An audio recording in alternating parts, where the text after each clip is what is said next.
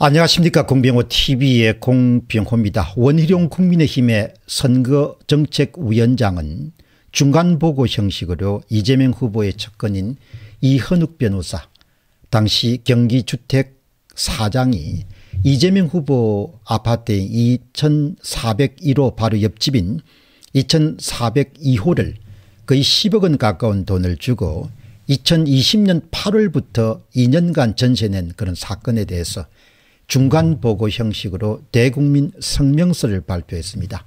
이 성명서를 통해서 우리는 사건의 전모를 아주 짧은 시간 내에 파악할 수 있기 때문에 약간의 부연 설명을 더해서 원희룡 정책본부장의 이야기를 여러분들에게 소개해 드리도록 하겠습니다. 이재명 후보 자택 옆집 2402호에 대한 중간 정리를 여러분들에게 해드리도록 하겠습니다. 원희룡 정책본부장의 주장입니다. 첫 번째는 한층의 2401호, 2402호 두 채뿐인 아파트 구조입니다. 주민들은 이재명 후보가 한층 전체를 쓰고 있는 것으로 알고 있습니다. 매우 중요한 사실이네요. 그곳에 사는 주민들이 오래 살았기 때문에 이재명 후보가 사는 것을 다 알고 있고 한층 전체를 쓴다. 두 번째는 이재명 후보 자택 2401호는 바로 텔레비전 동상이몽의 방송에 나간 것과 같은 집입니다. 다음은 바로 옆집인 2402호에는 1999년부터 2020년 8월까지 소유자 김모 씨의 아들 김씨 씨와 그 부인인 김S 씨가 자녀들과 함께 살고 있었습니다. 이재명 부부와 이동호 군 학부모 관계입니다. 김혜경 씨의 친구, 남편 그리고 김씨 씨도 보험회사를 다니다가 2011년도에 용역업체인 선우인력시스템 대표 6개월을 거쳐서 2011년 10월부터 성남문화재단의 특재가 됐습니다. 현재도 공연기획부장으로 근무하고 있습니다. 성남시 의회에서 정치적 특재라는 지적에 대해서 이미 시인한 바가 있습니다. 그리고 남편 김씨 씨 외에 부인인 김S 씨는 성남자원봉사센터 본부장으로 권한대행까지 맡고 있습니다. 다음은 네 번째입니다. 배소연 씨는 그러니까 비서 역할을 했던 김혜경 씨의 비서 역할을 했던 배소연 씨, 그러니까 경기도의 별정직 5급원 배소연 씨 지시로 이재명 후보 집에 음식을 배달했던 공익 제보자이자 별정직 7급인 제보자 A씨는 김혜경 씨와 그리고 옆집의 부인인 김S 씨가 자주 어울리는 절친한 사이였다고 그렇게 말한 바가 있습니다. 다섯 번째는 남편 김C 씨와 그리고 부인 김S 씨 부부가 2020년 8월에 20년 동안 살던 자기 집을 비우고 공사 직원들 숙소로 전세를 놓아야 될 이유가 없었습니다. 김씨 부장은 성남문화재단에 그대로 근무하고 있고 이 시기에 있었던 변화는 딱 한 가지밖에 없습니다. 이재명 지사의 공직선거법상의 허위사실 공표죄 대법원 재판이 화천대유 50억 클럽의 권순일 대법관의 관여로 재판거래 의혹이 강하죠. 관여로 2020년도 7월 무죄 판결이 확정되었습니다. 바로 그 다음 달 2020년 8월 달에 전세계약을 체결하게 됩니다. 이제 이재명 지사는 본격적인 대선 준비 체제를 가동을 시작했고 코로나로 외부 모임이나 이동이 제한되어서 바로 아지트 주택이 필요했던 것입니다. 다음 여섯 번째는 이현욱 사장은 리틀 이재명 그리고 드루킹 고발로서 전 경남지사였던 김경수를 제거한 그런 공신입니다. 여기 대해서 원희룡 씨의 추가 설명은 이재명 후보 옆집 이현욱 경기주택도시공사 사장은 댓글 공작으로 찝어낸다더니 드루킹만 핀셋 고발하고 해체되고 말았습니다. 따라서 김경수 씨를 제거한 1등 공신이 바로 이현욱 변호사입니다.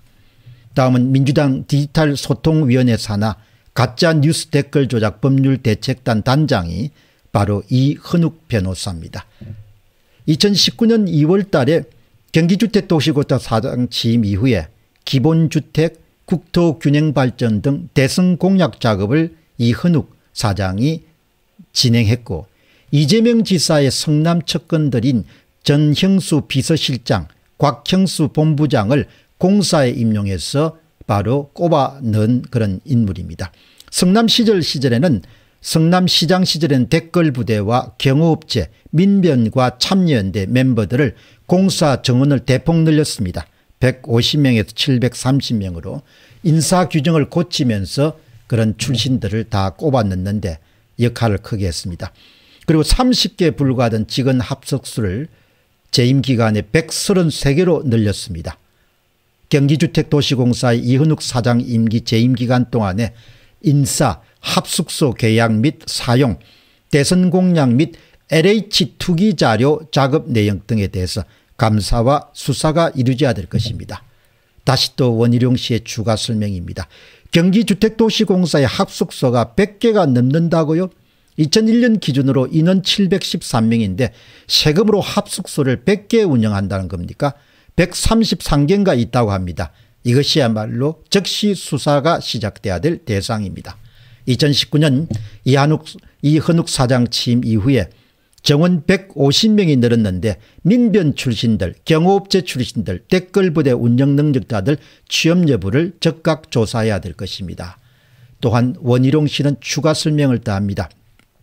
이현욱 경기주택도시공사 사장은 2019년 2월부터 2021년 11월 3일까지 재임했습니다. 경기주택공사는 경기도 내에 부동산 자료를 모두 갖고 있는 기관입니다. 2021년도 4월 7일 보궐선거와 민주당 대통령 경선을 앞두고 3월 2일 날 참여연대를 빌려서 폭로된 LH 투기 자료의 출처가 무척 궁금합니다. 특히 공사 내에 취업하거나 업무관계를 맺고 있는 민변 출신들을 특별히 주목하게 됩니다. 다음은 7번째입니다.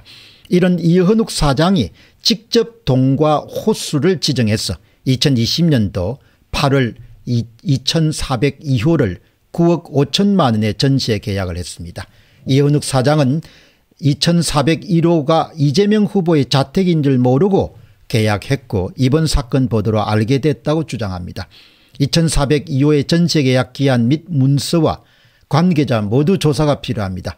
전세 계약이 부동산 중개업소를 거쳤는지 거쳤다면 그 계약서와 전후 경위도 살펴봐야 될 것입니다. 2402호에 누가 출입했고 어떤 용도로 사용된지에 대한 전면적인 정밀조사가 필요합니다. 시기를 나누어서 조사해야 될 것입니다. 이재명 도지사의 사퇴 2021년도 10월 25일 그리고 이현욱 공사 사장 사퇴 2021년도 11월 3일 이전과 이후로 나눠서 정밀조사가 필요합니다. 9번째는 직원들이 실제로 살았는지 누가 아파트를 관리했는지를 확인 조사할 필요가 있습니다. 주민등록의 이전 전기, 수도, 가스, 인터넷, 아파트 관리비, 공과금은 누가 냈는지 아파트 주차장 발급, CCTV, 세탁도 등 생활서비스 이용 등에 대해서도 정밀조사가 필요합니다. 다음은 10번째는 배소연 비서 공익제보자가 세금으로 초밥 그리고 공간 샌드위치 등 음식 배달한 시기, 시간대 추가적인 패턴 조사가 필요합니다. 어떤 요인, 어떤 시간대에 몇 명분의 음식이 배달되었는지에 대해서도 정밀 조사가 필요합니다.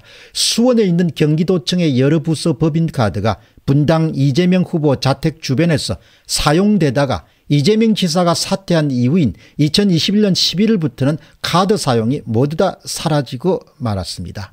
아마 여러분께서는 원희룡 선대위 정책본부장의 중간 대국민 그런 보고 문건을 통해 가지고 사건의 전모와 그리고 그 옆집이 어떤 용도로 사용된지에 대해서는 대략적으로 여러분들이 짐작하셨으리라 그렇게 봅니다.